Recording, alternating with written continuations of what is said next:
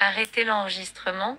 Bouton. Bonjour, Appuyez 2 fois pour activer. Vous allez bien, j'espère. Alors, on se retrouve pour le tout premier biscuit de la Forcini. Il est intitulé « Les prostituées du sous-préfet » et il se déroulera en plusieurs épisodes. Il s'agit d'un sous-préfet qui est muté dans un arrondissement de l'intérieur du pays et il s'y déplace en promettant à sa famille de le retrouver plus tard. Et une fois sur place, un soir, il fait le tour du propriétaire, si j'ose dire, pour toucher du doigt la vie le soir, parce que la vie d'une cité, ce qui se passe le soir en est des fois le témoignage assez clair. Et quand il fait le tour du propriétaire, il se rend compte d'une forte présence féminine dehors, et la grande majorité de ces femmes sont claires de peau.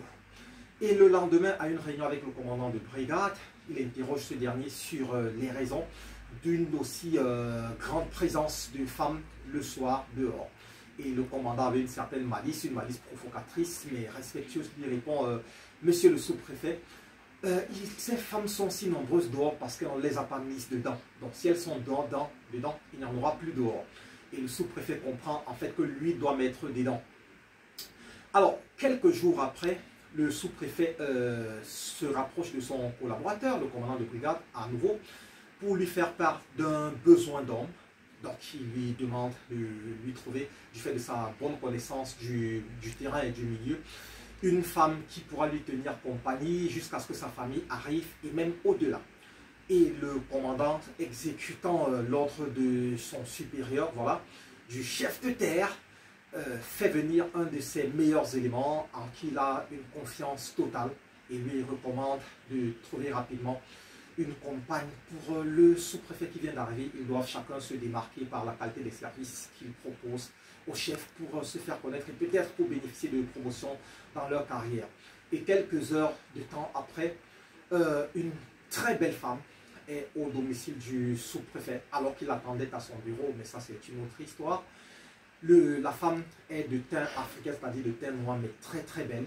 Et le sous-préfet, en voyant cette femme, entre dans une colère noire, se disant mais moi le sous-préfet, moi le chef de terre, mais moi le chef de tous ces hommes, mais comment ça se fait qu'il me ramène une femme de teint foncé alors que les femmes, de très très belles femmes, des femmes de teint clair, donc de peau claire, sont dans les rues tous les soirs et il n'y aura aucune difficulté à en trouver. Et alors, interrogeant le commandant de brigade sur ce fait, ce dernier lui répond que les femmes qui sont dans la rue le soir sont des prostituées, ce sont des péripatéticiennes, ce sont des femmes de la rue. Et il lui indique également que les plus belles femmes du pays ne trouvent pas d'hommes, les hommes réchignent à les approcher, simplement en se disant que du fait de leur beauté, elles ne leur seront jamais fidèles, elles seront l'objet de convoitises et autres, et ça ne servirait à rien de mettre leur cœur à rude épreuve. Et donc, comme les hommes du coin se détournent des femmes les plus belles, qui sont pour la plus grande majorité des femmes claires de peau, bah, elles sont dans la rue tous les soirs pour essayer d'accrocher une présence masculine. Et le sous-préfet se dit, ah d'accord, belle information. Si les plus belles femmes du pays sont des péripatéticiennes, bah, il faut bien élaborer un stratagème qui permet de se les offrir gratuitement, sans grand effort, et peut-être même de les faire payer pour les avoir dans son lit. Et donc, voilà, mais il dit au commandant, les prostituées, je ne pense pas qu'un sous-préfet, le sous-préfet que je suis, approcherait une prostituée. Ce serait un accroc à l'honneur et à la responsabilité de ma fonction.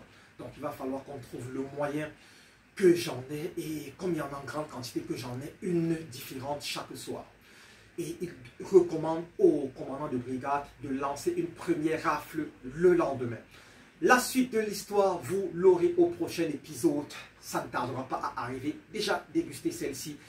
C'est tout chaud, c'est délicieux, ça vous fera plaisir. Accrochez-vous, partagez ce concept. Biscuit de la Forcini, ça va énormément cartonner grâce à sa qualité, le concept, mais également grâce à votre concours. Donc, c'est pour vous, les biscuits de la Forcini. Voici le tout premier. Dégustez-le. Le prochain arrive bientôt. Ciao, ciao, ciao. Bye bye. Arrêtez l'enregistrement.